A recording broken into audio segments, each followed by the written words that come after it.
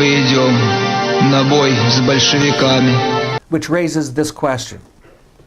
How shall this radical sameness be created? In his essay on the Jewish question, published in 1844, Marx quotes approvingly from Jean-Jacques Rousseau's Social Contract, wherein Rousseau describes how to create the ideal society. Quote, "Whoever dares undertake to establish a people's institutions must feel himself capable of changing human nature, of transforming each individual, who by himself is a complete and solitary whole, into part of a larger whole, from which the individual receives his life and his being. He has to take from man his own powers and give him in exchange alien powers, which he cannot employ without the help of other men." Close quote. This passage, in my view, is critical to understanding Marxism and the history of the 20th century. Communist man cannot be created without eradicating the false consciousness that civilized man had developed over the course of several millennia. What this means, most of all, according to Marx, is that nothing less than man's ego, his self, the I, should be exterminated, and as he said, quote, "punished as a crime," close quote. Thus, Marx's anti-freedom political ideal begins with the total subordination of the individual to collective control embodied in the state. He recognized, however, that such subordination and control requires the use of state violence. And Marx specifically called for using the guillotine in order to destroy private property.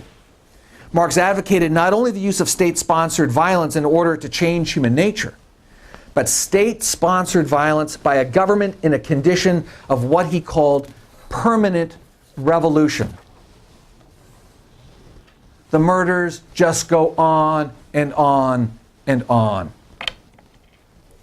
Now, Karl Marx never left a detailed blueprint of how a communist society would be organized, but he did sketch its basic purposes, principles, policies, and institutions. The movement to communism, Marx thought, would develop in two stages. The first stage is the socialist phase, which is characterized by two policies. One, the dictatorship of the proletariat. And two, the abolition of private property, wage labor, money, the market price system, competition, division of labor, money, and profits. Marxian socialism is a system defined by destruction. The ultimate goal of first stage socialism is to eliminate human selfishness. The second stage, the communist phase, is likewise characterized by two major policies. One, public ownership and regulation of the means of production and consumption. And two, the redistribution of all surplus value, that is profit, created by society. The communist phase is defined by reconstruction. Its ultimate moral goal is to build a new type of man, communist man, who will be motivated by purely altruistic goals. Marx envisioned an entirely marketless society, controlled and directed from the top down by an elite corps of social engineers. These central planners determine production outputs, that is, from each according to his ability, and then how goods and services are redistributed for the common good, that is, to each according to his need. In order to purge each man of his individual identity, the Marxian state seeks total control over man's mind and body. The dictatorship of the proletariat will control and regulate every aspect of life. It seeks to control all material production, distribution, and consumption. It establishes what and how much is to be produced, by what methods, and by whom it is to be distributed. It sets prices and wages. It commands individuals to work in certain areas of production or trade. It tells men where and with whom they can live and in what kind of house or apartment. It tells men where they can shop, what they can eat, where their children can go to school, and what they must study, what they will wear, where they can travel, what music they will listen to, what literature they will read, and what they can think, write, and say. In other words, the small elite that runs the state seeks to control systematically and absolutely all material and spiritual values. Absolute sameness is the end, and absolute control is the means.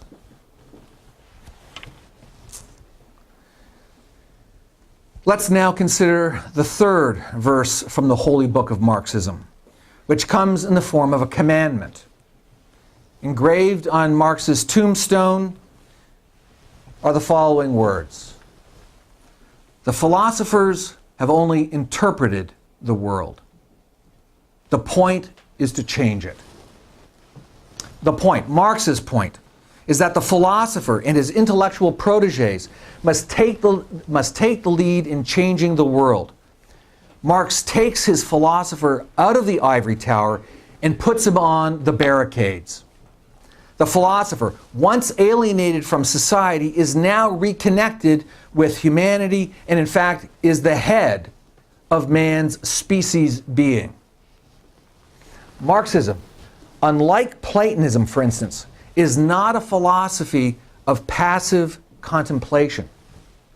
It is a philosophy of action, direct action, which is why the most prominent French terrorist organization of the 1980s was aptly named Action Directe. Action to change the world is for Marx a moral imperative. Revolutionary praxis will slay the enemy of being, and it will create the new communist man. Of course, the most famous call to action in the Marxist catechism is the call to the workers of the world to unite.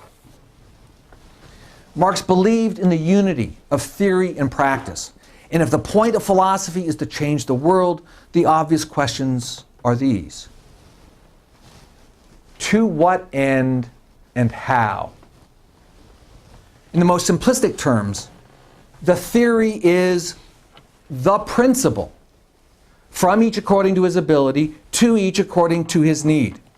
And the practice is the revolution, which in the end are the same thing. Marxism is a philosophy of revolution, permanent revolution. But Marx is not calling for action for the sake of action. The action must serve the principle. And in Marxism, the end justifies the means. What kind of action then is to be taken? Born of a hatred of the world as it exists, Marxian communism summons men to destroy the present and the past that comes with it.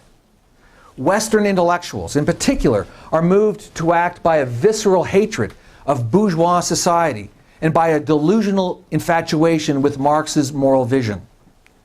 The goal of Marxism is not just to liberate man from the present world of capitalism, but to save him from his past, which means that the whole of human history is to be eradicated for the sake of the future.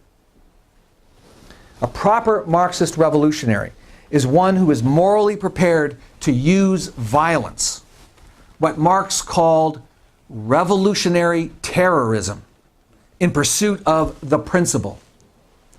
Mao Zedong, one of Marx's best students, understood clearly the kind of action required by a true communist revolutionary.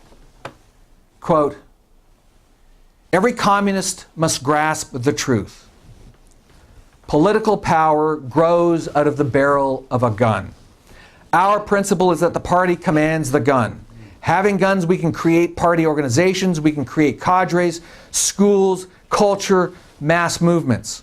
All things grow out of the barrel of a gun." Close quote. to his list of things that communist revolutionaries with guns might do, Mao neglected to mention his ultimate creation, namely mass graves. The power of Marxism is the unyielding commitment of its adherents to the faith, to bear witness to the faith, and to act on the faith. This is the commandment that turned naive college students in the 1960s into urban terrorists, and that inspired college professors to become jungle guerrillas in South America. Marxian www.libertarian-party.ru Лаборатория Хаберского. Лучшие идеологические антивирусы. Проект Либертарианской партии России.